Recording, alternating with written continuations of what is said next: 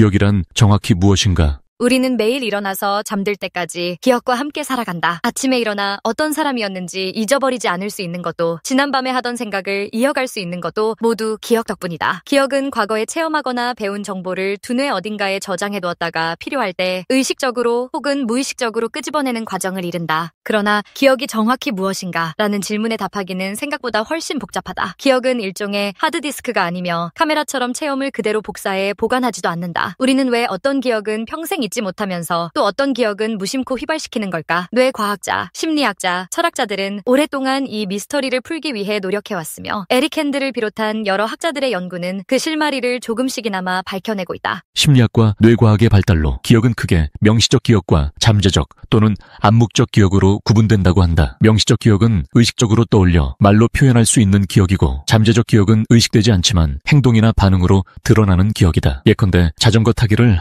오랫동안 연습해 익혔다면 몸이 자동으로 균형을 잡지만 굳이 말로 설명하기는 어렵다. 그것이 바로 잠재적 기억의 좋은 예이다. 이 중에서도 우리가 기억한다고 했을 때 흔히 떠올리는 것은 명시적 기억이다. 명시적 기억은 다시 에피소드 기억, 사실관계 기억, 친숙함을 판별하는 기억으로 세분될 수 있다. 에피소드 기억. 에피소드 기억은 개인의 구체적인 체험과 직결된다. 예를 들어 초등학교 시절에 운동장에서 넘어져 무릎이 까졌을 때 친구가 건네준 휴지 한 장의 따뜻함 같은 장면이 떠오른다면 그것이 바로 에피소드 기억이다. 이러한 기억은 감정이나 분위기와 결합되어 있기 때문에 개인의 정체성 형성에 지대한 영향을 미친다. 결국 우리가 과거에 어떤 감동을 받았는지, 어떤 순간에 크게 슬펐는지, 어떤 사건으로 웃었는지가 에피소드 기억에 쌓여 우리만의 전기를 만들어낸다. 사실관계 기억, 의미기억, 지식기억은 세상에 대한 정보나 지식을 담아두는 저장 공간이다. 예를 들어 서울은 대한민국의 수도다 와 같은 정보를 떠올리는 것, 기차 환승은 어느 역에서 해야 한다 등의 구체적인 사실을 기억해내는 것이 이에 해당한다. 이 영역은 에피소드 기억과 달리 주관적 감정이 크게 개입되지 않는다. 그래서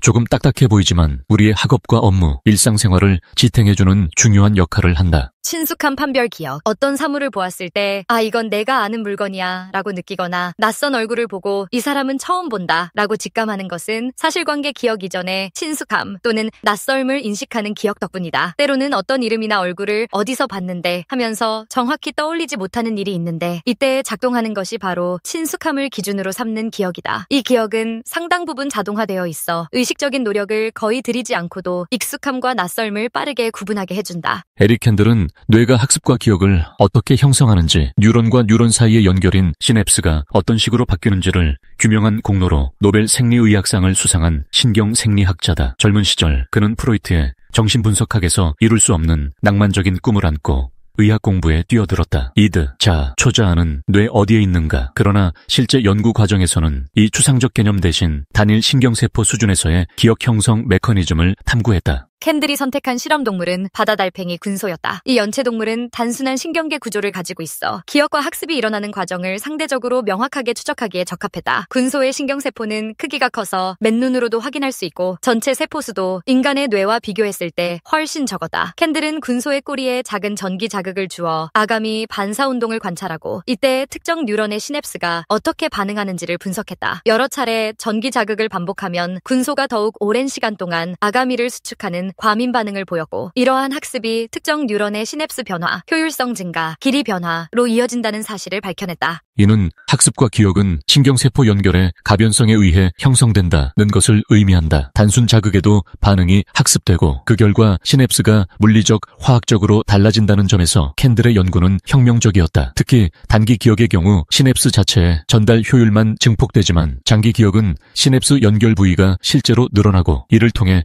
더 오랜 기간 기억이 유지된다는 발견이 큰 파장을 일으켰다. 망각의 의의. 사람은 수많은 체험을 하면서 모두를 다 기억할 수 없기에 일정 정도 망각을 경험한다. 오히려 망각 덕분에 우리는 늘 새로운 일을 해나갈 여유를 얻는다. 고통스러운 기억을 영원히 떠안고 살 필요가 없으며 때때로 불필요한 정보를 걸러냄으로써 정신적 과부하를 막는다. 그래서 망각은 기억의 결핍이 아니라 삶을 영위하기 위한 유연한 전략이라 해도 과언이 아니다. 세번트 현상. 간혹 자폐 스펙트럼이나 뇌기능 장애가 있는 일부 개인에게서 특정 분야 분야의 기억력이 극단적으로 발달한 경우가 있다. 예를 들어 한 번 본 전화번호부를 통째로 외워버린다거나 아주 짧은 시간에 시내 정형을 보고 건물 창문의 숫자까지 정확히 묘사해내는 능력을 보이는 사례들이 보고되었다. 이를 세번트 증후군이라고 부른다. 그러나 이들의 기억력이 비범하다고 해서 기억의 본질을 모두 설명해준다고 보기는 어렵다. 그들은 특정 영역에서 탁월한 능력을 보이지만 일상생활 수행 능력이나 복합적 추론 능력에서 큰 제약을 겪기도 한다. 그리하여 세번트들은 인간 기억에 관한 하나의 특수한 창문 정도로 이해되며 이 미스터리는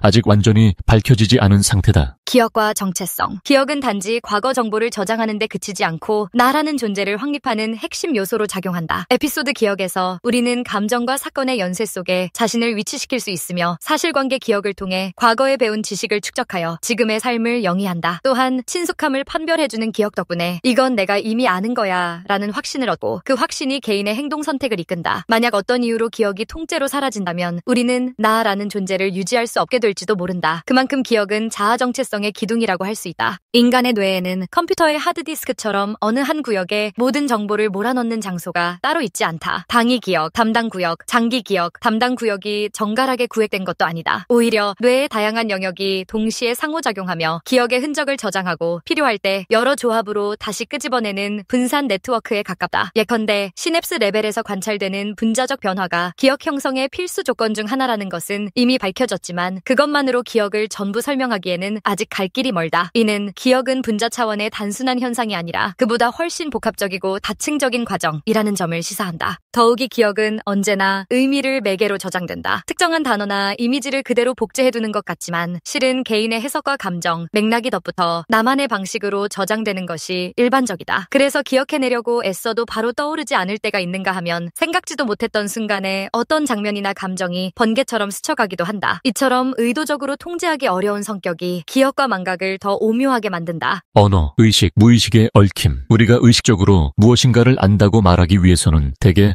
언어화 과정을 거쳐야 한다. 내 안에 막연히 떠도는 생각이나 감정일지라도 이를 말로 표현하고 기술함으로써 비로소 명료해지는 경우가 많다. 인간의 고등 인지 기능에서 언어가 핵심 도구로 작용하기 때문이다. 그러나 모든 기억이 언어로 포착되는 것은 아니다. 주로 몸으로 익히는 기술, 운동 감각, 반자동으로 이루어지는 숙련된 행동은 언어화 없이도 상당 부분 발휘된다. 뇌과학적으로 보면 이러한 과정은 잠재적 기억이 담당하며 여기에는 무의식적인 학습과 조건화가 크게 관여한다. 결국 기억 연구의 어려움은 기억이 하나의 요소가 아니라 의식적, 무의식적 상태를 오가며 시냅스 분자 수준에서부터 전 뇌회로와 상호작용하는 복합 구조라는 데에 있다. 이것이야말로 에릭 캔들이 군소 연구에서 시작해 쥐의 해마로 확장하고 다시 인간의 뇌 기능으로까지 관심을 이어가며 평생 탐구한 핵심 주제이기도 하다. 기억은 우리가 살아가는 순간마다 과거의 흔적과 현재의 감각, 미래의 가능성을 연결해주는 통합의 장이다. 인간은 기억을 통해 자신만의 역사와 정체성을 쌓아가며 더 나아가 사회적인 공동체 문화도 기억을 매개로 전승해온다. 에릭 핸들의 연구를 비롯한 현대 뇌과학은 기억은 시냅스 변화를 통해 형성된다는 사실을 밝혀냈고 학습과 기억 메커니즘을 세포 분자 차원에서 규명함으로써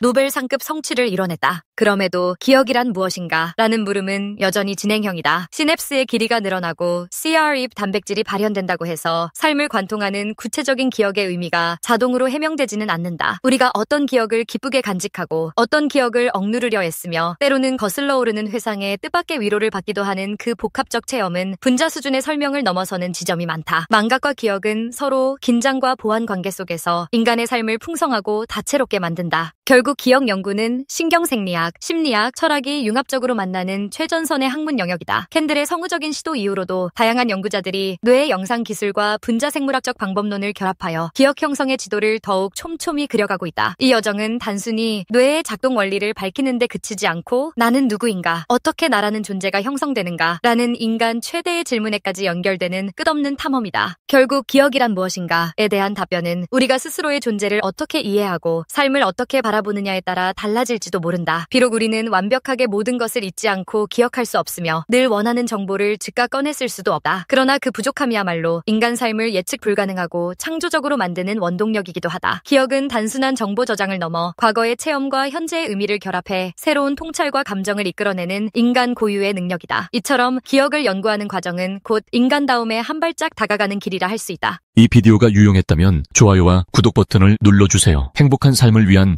더 많은 팁을 공유할 테니 계속해서 성필원 채널을 검색해주세요. 감사합니다.